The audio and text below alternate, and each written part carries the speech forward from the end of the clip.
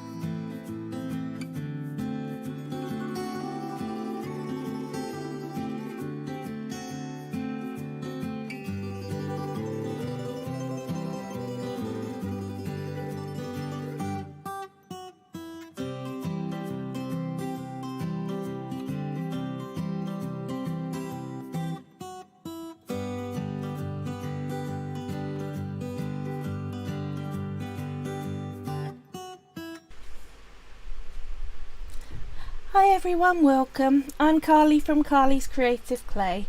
I hope you've all had a good week. We're continuing this week with our Lizard Man Chupacabra model. Everything I use is made from Polymer Clay Fimo, and if you want to see previous weeks on how we got to this stage, if you go onto my YouTube, you'll be able to see there's videos of it. I am going to make a playlist up once we finish this, and I'm expecting to finish it this week. Before, it had none of these dots and none of these stomach scales.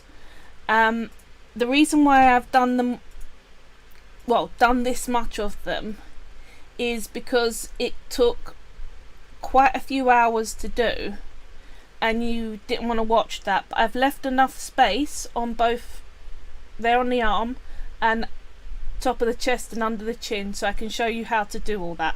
But I'll give you a quick look around at it. Let's get it lined up. There we go. So, like so. And we're gonna put spikes on those actual the metal spikes that I've already got there.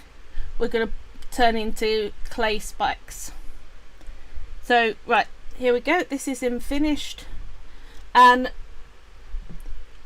all I did was mix up several different shades of green with it's a mixture of the leaf green, sap green and true green with things like white and brown and gold were the main ones I used to try and get it quite earthy. These light ones did have a fair old bit of white in them. So the easiest place to get started with are these stomach scales, and if you look on snakes especially, the underside of their stomach has these long rigid scales like that, and it's how they help grip and move along. But there are also quite a few lizards that have that, and crocodiles have it.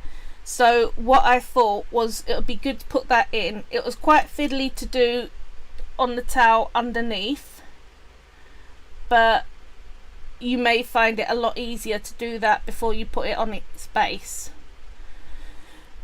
But I think it's quite effective. The only thing that I would say is, if you can see, I've got all the stomach muscles in there still, and when I put the strips on it didn't show up, so I came in with a ball tool and just lightly tapped them so that it came back through again.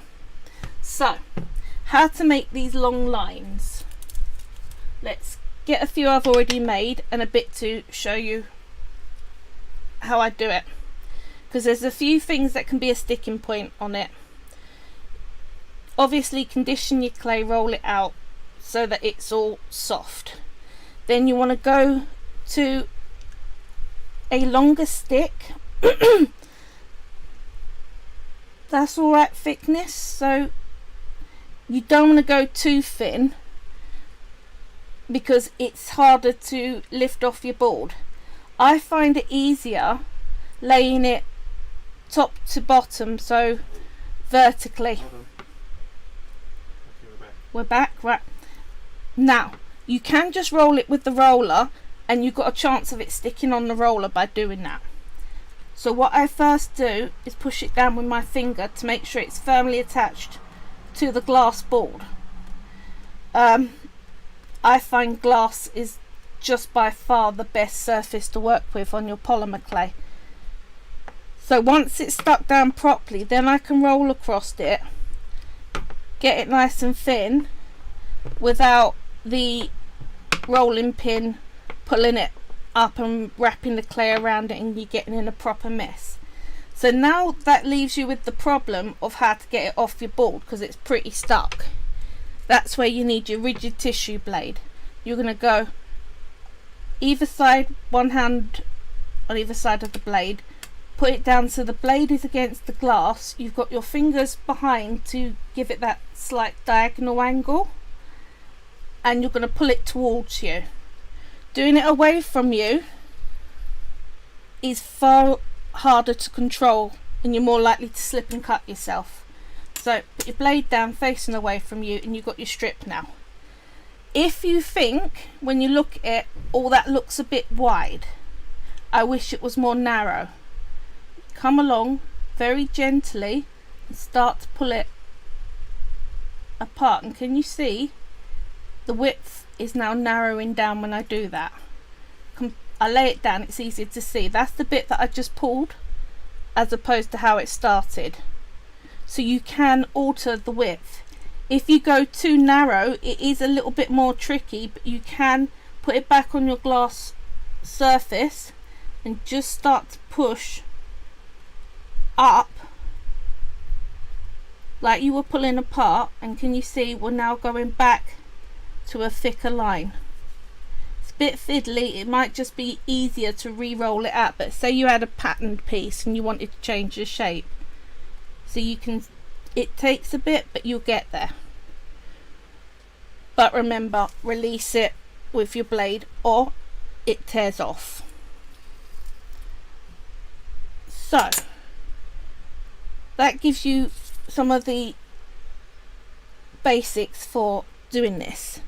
Now what you're going to do is pick the direction that you want the ridges to lay in, and usually it goes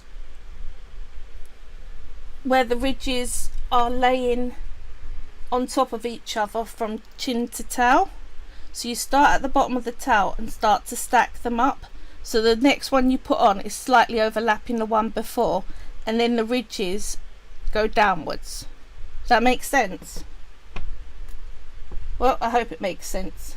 Now, other thing, you can measure out the space that you have to put it in, but you know me and measuring, I don't like it. So what I do is I put the bit of clay in place slightly too big, and this is why I say make sure that you've got everything baked before you do this, so that you don't smudge any of your other clay colours. Can you see I've just slightly overlapped that chest panel, and then I'm going to come in with my X-Acto knife, your craft knife, and then just cut the shape that I want it to continue on. Make sure it's pushed down nice. Where it's under in a tight spot, I like to come in with my rubber tip tools just to push it down so it's not going to slip and make me cut the wrong size. So come in here, and I think I want to go down like that first off. Whoop. I have to smooth that. Take that little bit out. Can you see we're now getting a decent shape that I wanted? And it's not a smooth line that I cut there properly, but I can smooth it all out just by using my rubber tool. And make sure that it's all sitting in place how you want it. So that side now looks a lot more like what you want. See that little line there? Top of the chest, that's what we were doing. So we're going to do the same on the other side. Come in and cut it to the shape that we want. Now if I had just measured and cut a diagonal, they still wouldn't have fit properly. It's much easier to overshoot it and then cut a bit away than it is to cut it a bit too small. That's really annoying when you do that to yourself, because you're going to give yourself a lot of extra work. Now it's in place, I'm going to come with one of my ball tools and just continue that chest marking in with the pectorials there, like so. Right, there we go, that's that next scaling, can you see? Yeah. And I'm going to need to continue that up through the neck and under the chin, which is probably going to be very, very fiddly to do on screen. So what I'm probably going to do is do that off screen, because a lot of it I'm holding it literally this close to my face and upside down and not on camera. But this shows you exactly how I've got it. But what I will do is just do the next scallop so you can see again how I overlap. I'm going to pick a nice thin bit to go under the chin, and I'm not going to need that much clay, so I'm going to break it down into a manageable size. And where I'm bending it around the corner of the neck, you've really got to fiddle it into place. So let's see, either side of it. I will show you once I got it like so. And it's best to when you're trying to place it, the most important bit is the line up of that bottom line. So that I'm happy with, even though it looks scruffy, because then I can come in with a ball tool or a rubber tool and just start to press it into that groove of the neck so it's stuck down properly where I want it before I cut anything. There we go, up under the chin.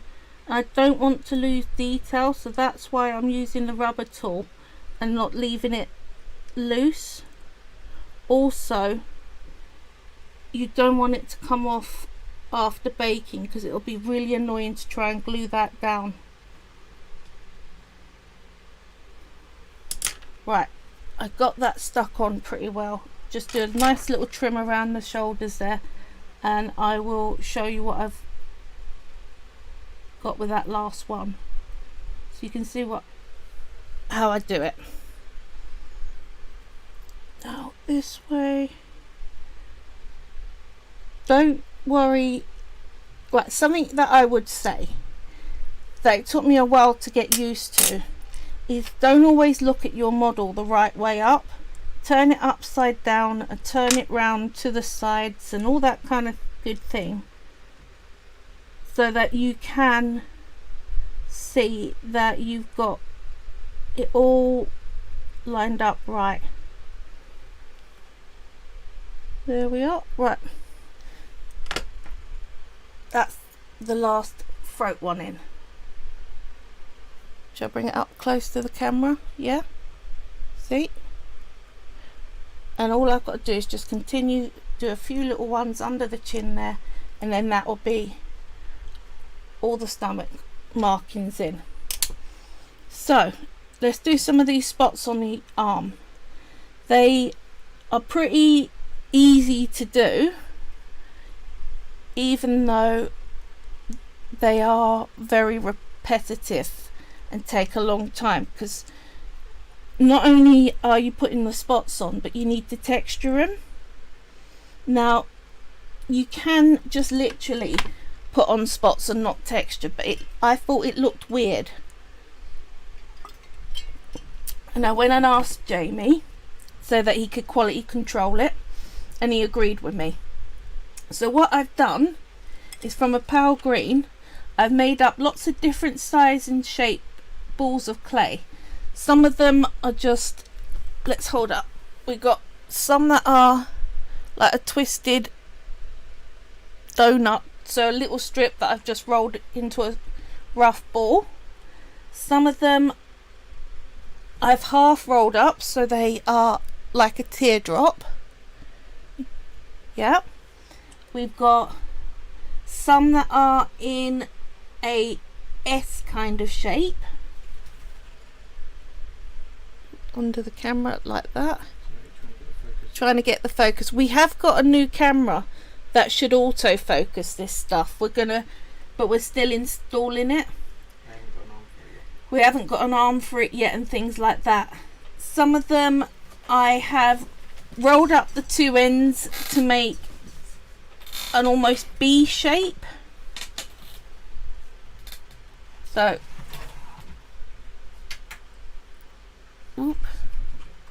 focus, yeah.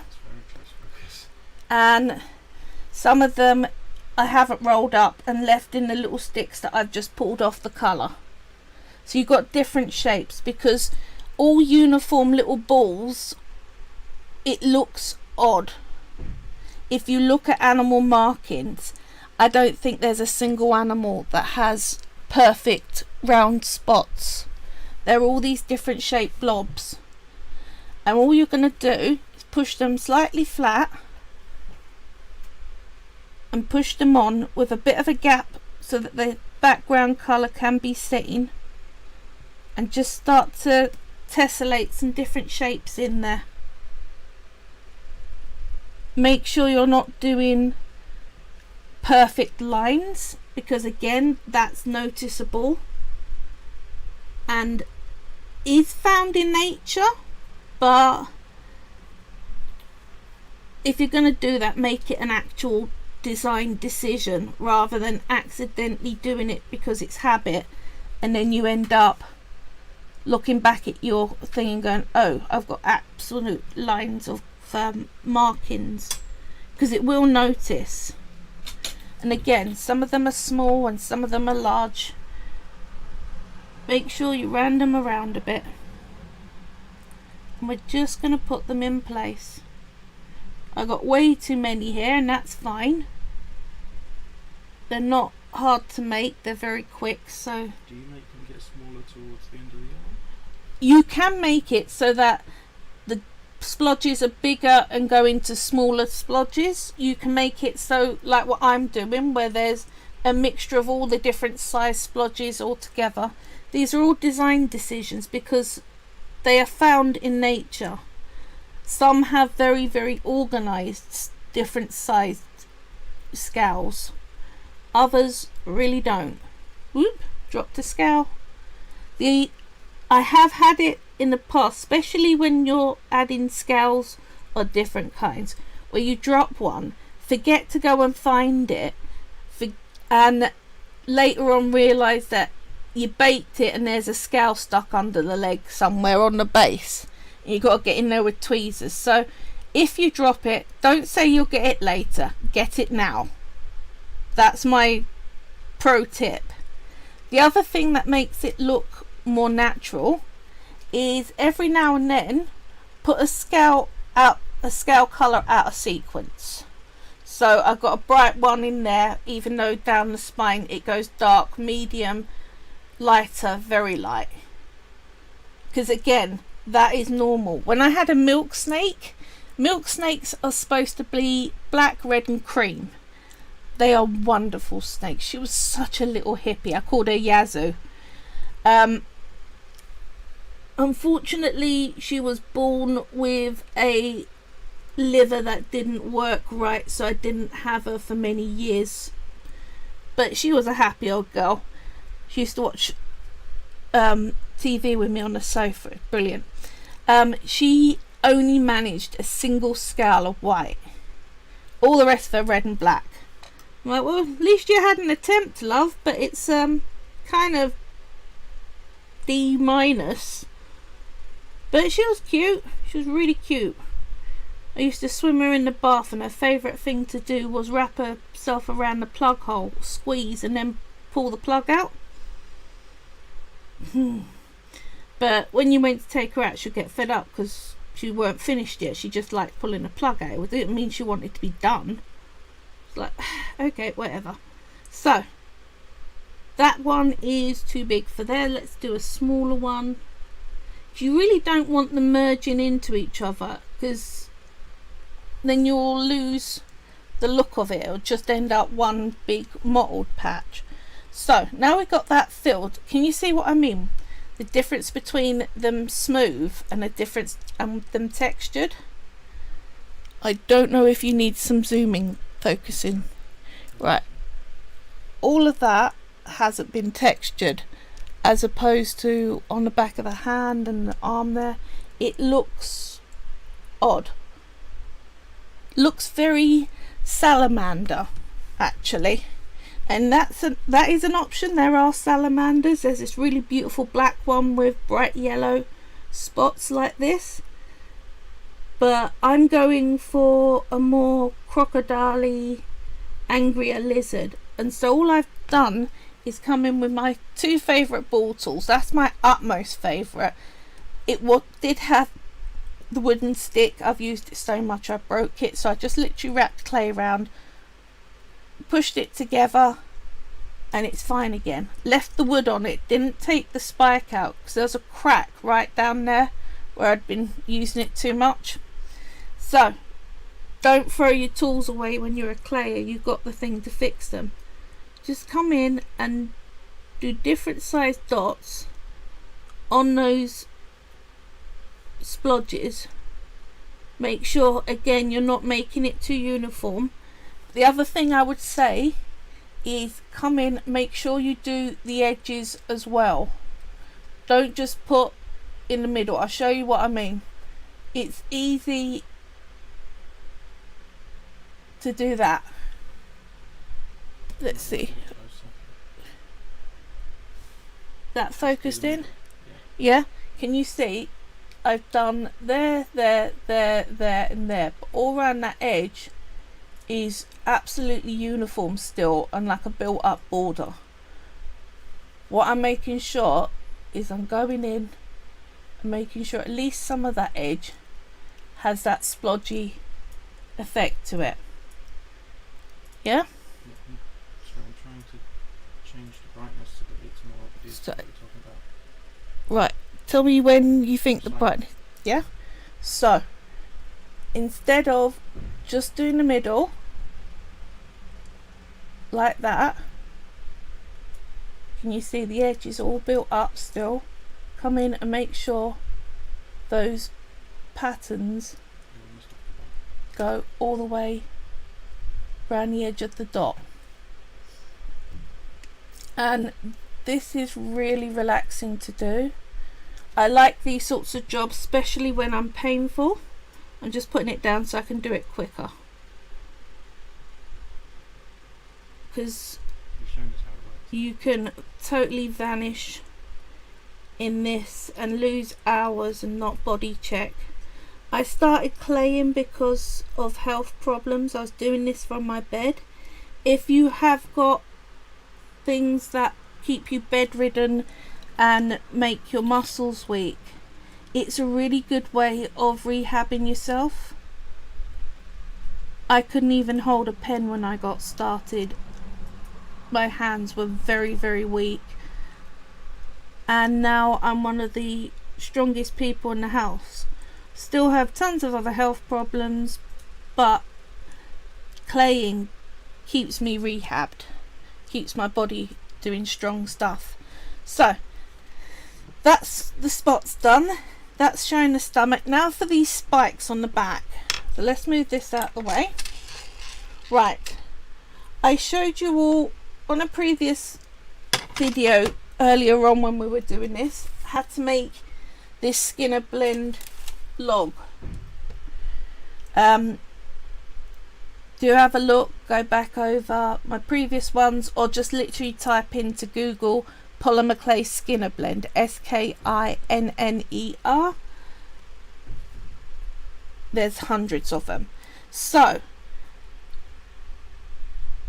this being the basic log that I got, I want to change the amount of red to green proportions for different bits. So what I'm going to do is give myself a bit extra for the long spikes, but I'm going to go down that middle there in between the spikes. I want a little ridge which is red and green, so I need to shrink that. And it's the basic shrinking you do with a polymer clay cane. Just make sure you work from the middle out to the edge and squeeze, and it will all move for you. So I want quite a shallow height, so I really need to get it quite flat. Can you see just by pinching I've now made it so that it's really not so thick your red and green proportions, like so, pinching and pulling. I know it's too wide, but I'll show you why I'm not worrying about that. You can push on this side and you'll end up with an even longer stick, but what you can also do is just get your blade and cut it to width like that. But since I'm here, I'll show you. You can literally bring it back in. Just make sure that you're not folding it under, so you're keeping your fingers on the underside. You're just pushing in and slightly pulling. You end up with a nice long stick at the widths that you want. See? You can use a rolling pin on it if you want it really even. I do sometimes, but I find that it's totally acceptable in nature to have slightly uneven lines with things like this. Is it long enough to go through? Yeah. So I'm going to take the top and the bottom off like that, just so that I make sure what I've got has all the right colours. I'm going to lean him forward, but I'm not going to put a lot of pressure. I don't want to break those fingers. All I want to do is get an idea of the measurements between those spikes. So about that.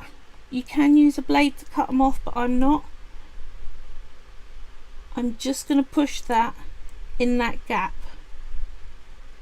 like so over the wire, so it's securing it to the back. This might be slightly too long actually. Let's get my, where's my exact, hiding behind the rolling pin. Come on, I need you for work. There you go, a little bit off. So that's going in that gap, and then I'm going to push it and secure it to the back like so. Now make sure all my wires are where I want them. Just want to move this one up a bit, I think, because the gap in between really isn't that good. So like that. That'll do. Now make sure that you've got none of that holding wire showing between that clay that you've added, and you're just going to come along. I'll do a few with these. I'm going to push it into place and then pinch it so that it's like a little point.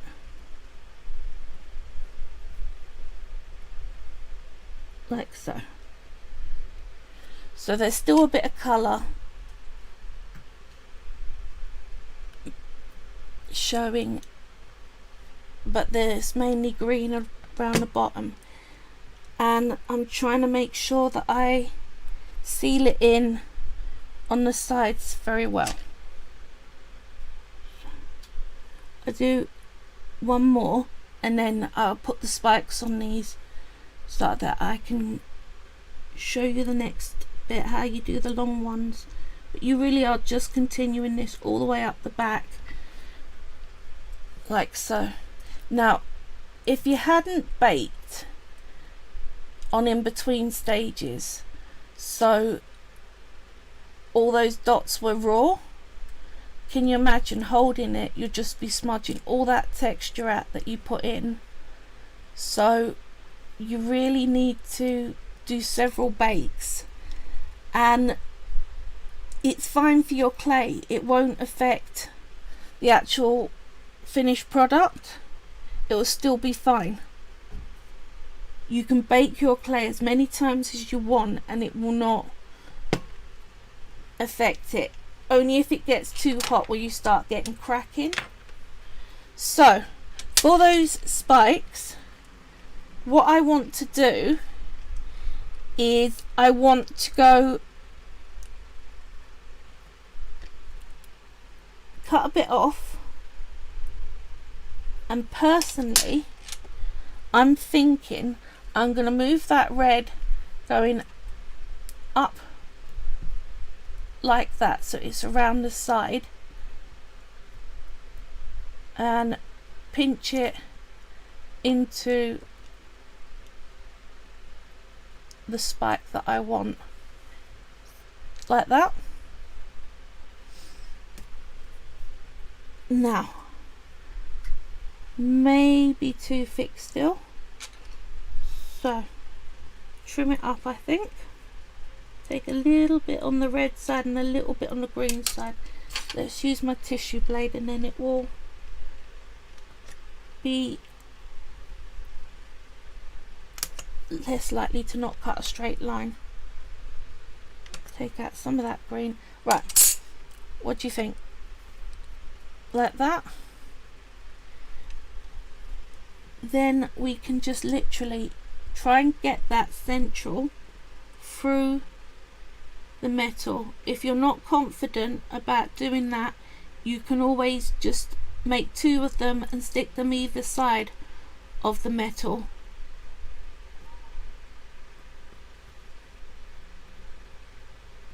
But that's what I'm thinking, like that, and then we can come in and smooth the join over along here so it looks like one piece. Same on the other side. Use your thumb to support it so that you're not pushing it over. And if you're not happy with the red line there, you can just get some of your off-cut dark green and just patch in if you've got some red where you don't want it. So, like that. And again, it's design decisions. And just patch it in. So you've got the colours you want, where you want, looking how you want. And you haven't spent ages planning, measuring and doing all the stuff that they say you really should be doing on your piece. But I never do, because I find numbers horrible. But even with that, I'm a really good case in point. I've got aphantasia, so I cannot visualize anything. I'm numerically dyslexic, so I find measurements and numbers horrible. But clay just works out well still. Look at that for a back spike. Yeah. And it still looks really good and really natural. You just keep going on like that.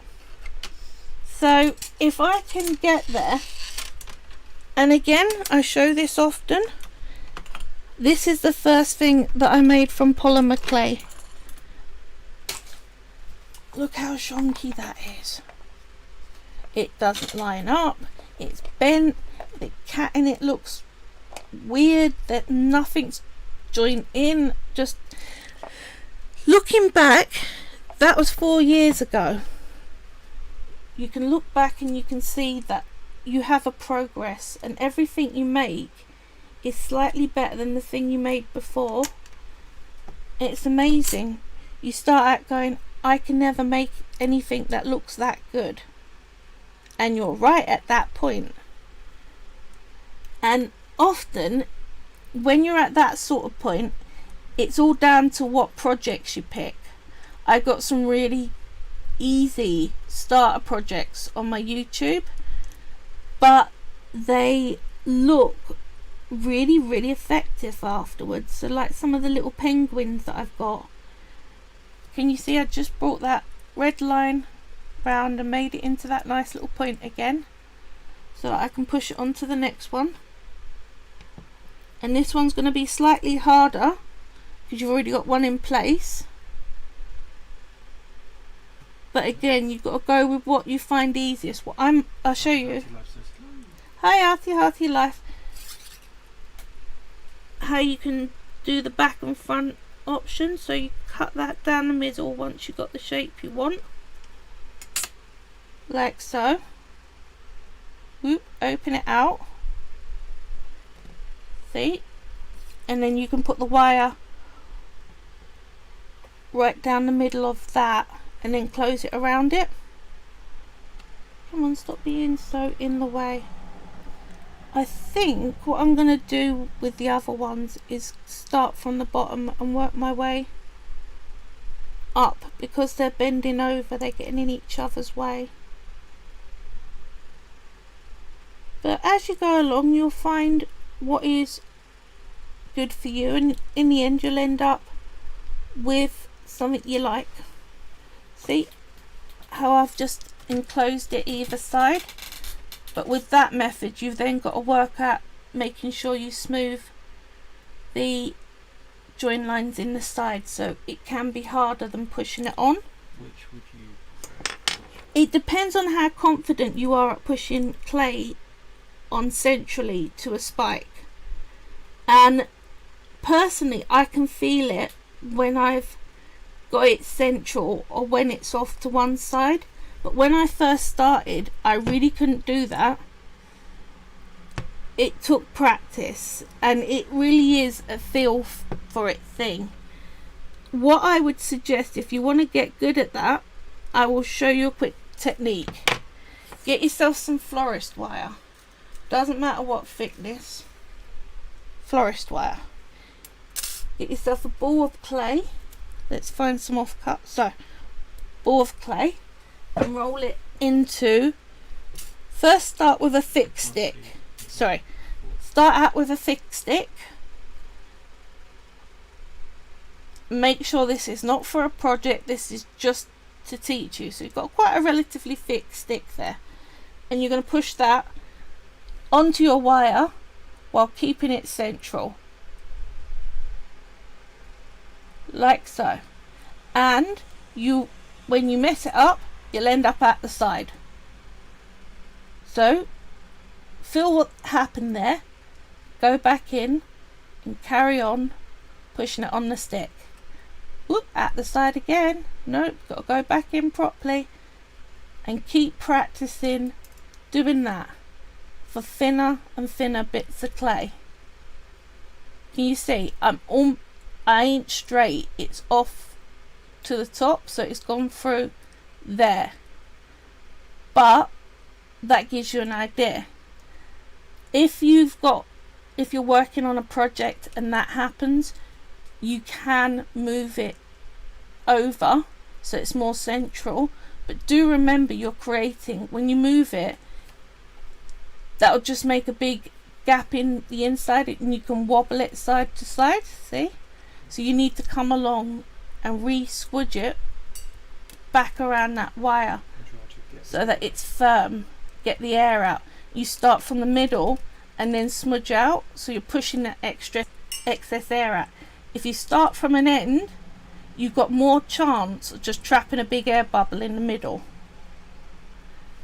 The other option for getting it on a wire is you start out, push a small ball on, and then you bring it out on the wire.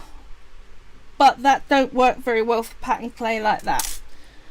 Just keep going, practice with it, go for thinner and thinner sticks, and you'll get there where it becomes very natural feeling.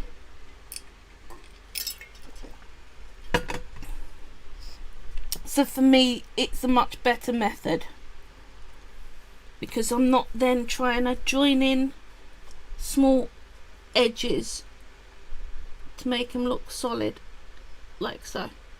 Whoop, there we go. Then I've got to go underside, and all the time I'm trying to make sure that I'm not putting my model in a position where I'm breaking anything off. Gentle, gentle hands. And that was another thing I had to learn, is gentle hands. How to hold something and not hold it too tight.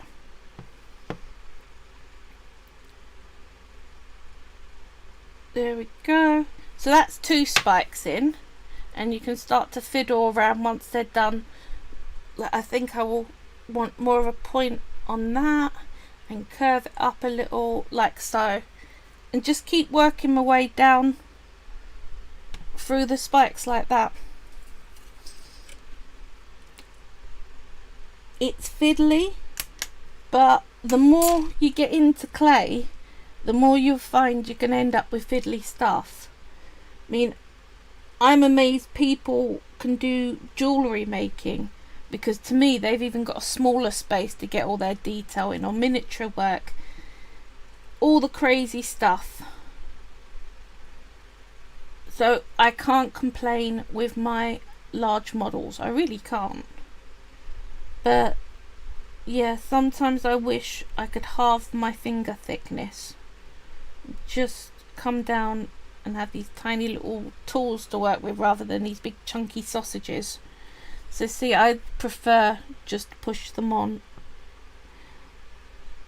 Get the other one out of the way, line it up, feel what you're doing, push it into place without messing up the one above it. See? Whoop. Just come out the bottom there a little, there we go. Like that so far. Is the top one going to be that hooked? Yep, I'm gonna, what I suggest, you'll find it easier to get them all into place and then find their finished position, because you're gonna knock them by putting the other ones in. It's just how it works.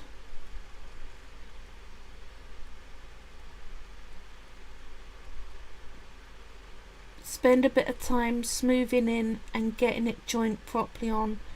It honestly would be a really annoying and difficult thing to try and glue back together. Possible, but that would take a huge amount of very fine fiddling. So that's how we're doing spikes, stomachs and spots. Now I will keep on with that over the next couple of days, adding in and smoothing in. I'll get it baked up and then I will post you all a picture on Facebook, and obviously I'll show you next week where I got to with it all. But we should be on to a new project next week, and I'm not sure what it's going to be yet. Really not. I haven't really looked into it. Have I lost another now? That now on that hand keeps coming off. It's because I'm going to add it back on as the last thing. I could glue that on because it's small. It will show the glue up really obviously. So what I tend to do is just scrap that and use a new bit of raw clay. But yeah, so if any of you've got any suggestions on the next project you want me to work on, I'm trying to focus on cryptids at the moment. They are animals of myth, put it that way. So any animal that's talked about that isn't classified under science. And so far I've done the kraken, although kind of discovered now. Got a giant squid, so he's kind of in the cryptids but not really. Done Sasquatch, just done lizard men. So yeah, let me know what you think should be the next one, and if no one comes up with anything, I will let you know on my Wednesday advert post what I decide on. Okay? I know it's a short one, but yeah, I'm going to keep it short this week. I hope you all have a really good week, and if you do like this tutorial, click the like button, click the follow button. I've got loads of other videos on my YouTube channel. If you make anything, do share it. I love to see people's work. And if you want me to do a tutorial on anything specific from polymer clay, just drop me a message. I love to help. Okay, have a great week. Speak to you soon. Bye.